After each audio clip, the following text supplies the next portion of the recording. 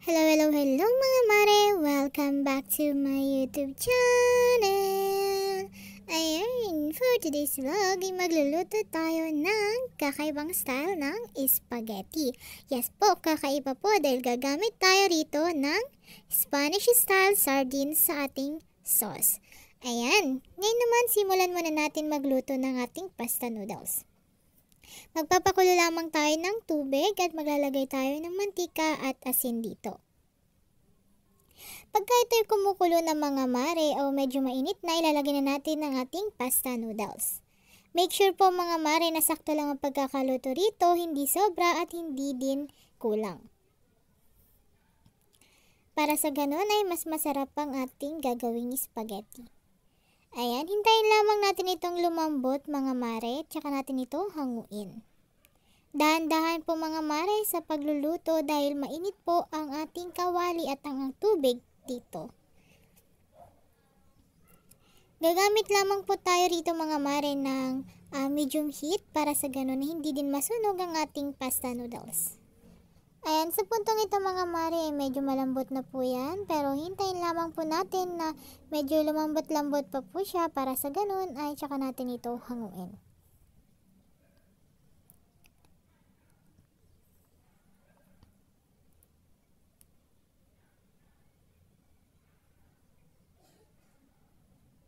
Pagpasensyahan nyo na po pala mga mare, ingay sa aking paligid dahil may mga gumagawa po ng bahay sa aming kapitbahay. Ayan, hindi ko na po na-videohan mga mare at hinango ko na nga po ang ating pasta noodles. Ayan, sa separate na casserole mga mare, naglagay ako dyan ng ng kaunting amount ng mantika. Ayan, meron din po tayo rito ham mga mare, gagamit po tayo riyan ng ham.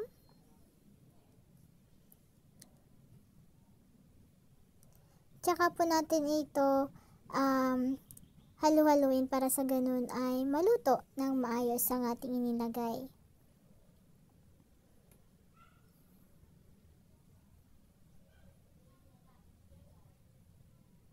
Ayan mga mare, magsasutay naman tayo rito ng ating sibuyas. Ayan, gumamit po pala ako rito mga mare ng red onion.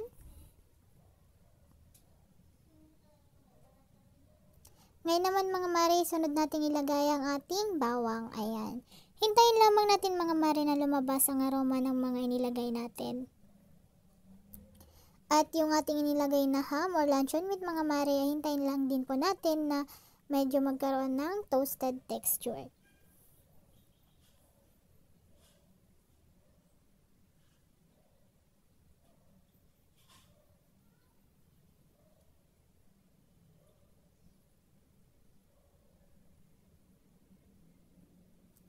Sa pagluluto po ng ganito mga mare ay kailangan po natin gumamit ng low heat lamang po para sa gano'n na hindi po masunog ang ating mga niluluto. Ayan po mga mare, sa puntong ito ilalagay na natin ang ating Spanish style na sardines. Ayan.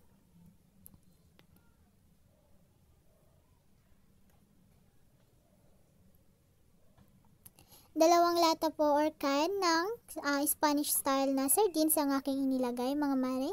Gumamit po pala ako rito ng 555 na brand. Ayan, pero nakadepende na po yan sa inyong mga mare kung anong sardinas po ang inyong gagamitin. Basta make sure po na magiging okay po siya sa lasa or magiging maayos po yung kakalabasan ng lasa sa ating lulutuin.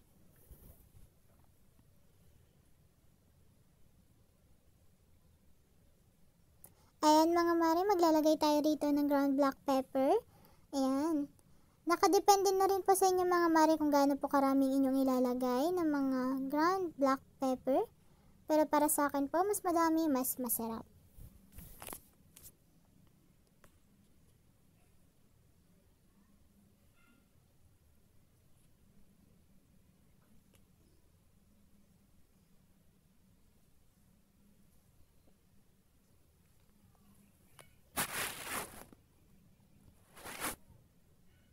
Hintayin lamang natin itong maluto mga mare, tsaka natin ilagay ang iba pang pampalasa natin. Ayan, maglalagay tayo rito mga mare ng pork cubes. Ayan.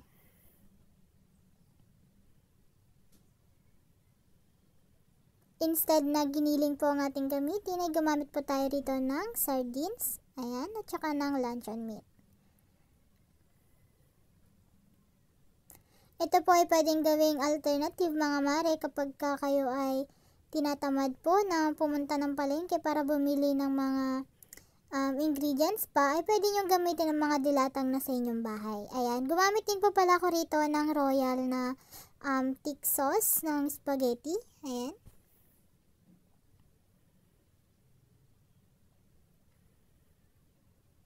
Nakadepende po sa inyo mga mare kung anong brand po ang inyong gagamitin, pero nakasanayan ko po kasi na itong royal po ang ginagamit ko pagluluto ng spaghetti. Ayan.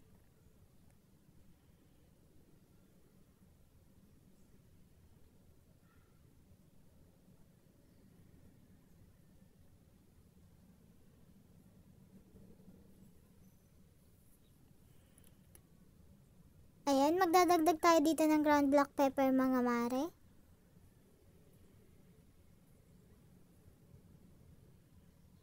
Ayan, maglalagay tayo rito ng iodized salt mga mare. Nakadepende na rin po yan sa inyo kung anong type po ng iodized salt ang inyong gagamitin. Pagpasensyahan nyo na po pala mare kung magalaw yung camera natin dahil medyo nagaano po yung stand natin kaya hindi ko po maayos.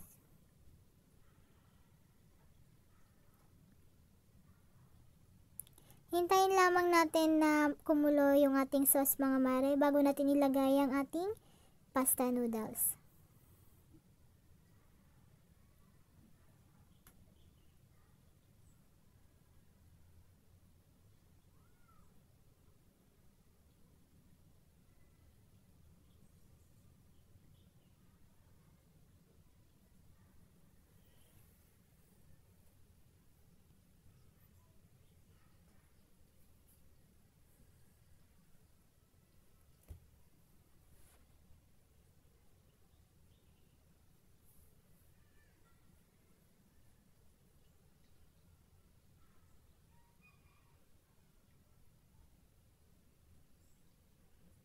Ayan, ngayon naman mga mare, mag-grate tayo rito ng ating cheese. Nakadepende na rin po yan sa inyo mga mare kung anong klaseng cheese po ang inyong gagamitin. Pwedeng Edin cheese, pwede pong okay na cheese, or kahit anong brand po ng cheese mga mare.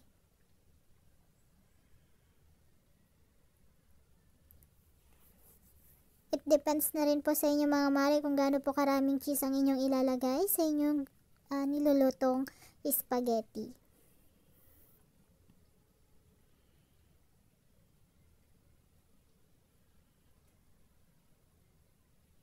Ayan, haluhaloyin natin ito mga mare para sa ganon ay mag-melt yung cheese na inilagay natin at ma-well combine sa ating sauce mga mare para sa ganon ay magkaroon pa ng mas malinamnam at mas creaming lasa.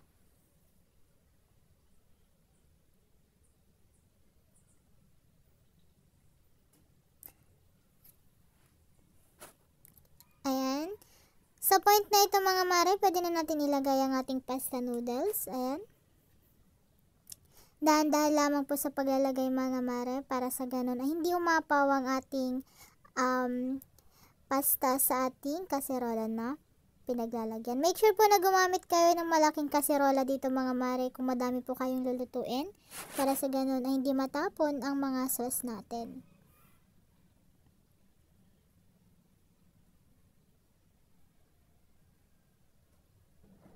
Ayan, ngayon naman mga mare, nasa pinakamahirap na part na po tayo, ang paghahalo. Kung madami po itong mga mare, ay mahirap po itong haluin kasi mabigat po yung ating pasta noodles. Pero ayan po, haluin natin na mabuti para sa ganun mga mare, lahat ng pasta noodles natin ay malagyan ng sauce at para sa ganun ay pantay-pantay ito.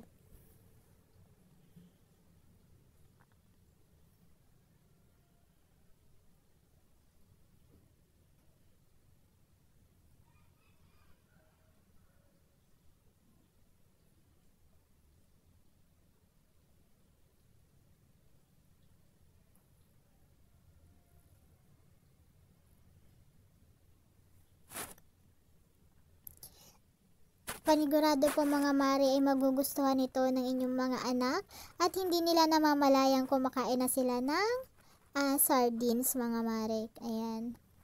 Ayan, so presenting ang ating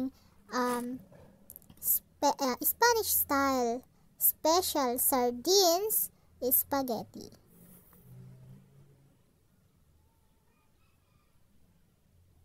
Ayan, kita nyo naman yan mga mare, texture pa lang at talagang nakakatakam na nga. At ayan, dahil tapos na naman tayo sa ating isang cooking video, gusto ko magpasalamat sa ating mga members na walang sawang sumusuporta sa atin. Maraming salamat po sa inyong lahat. Hanggang sa muli, paalam!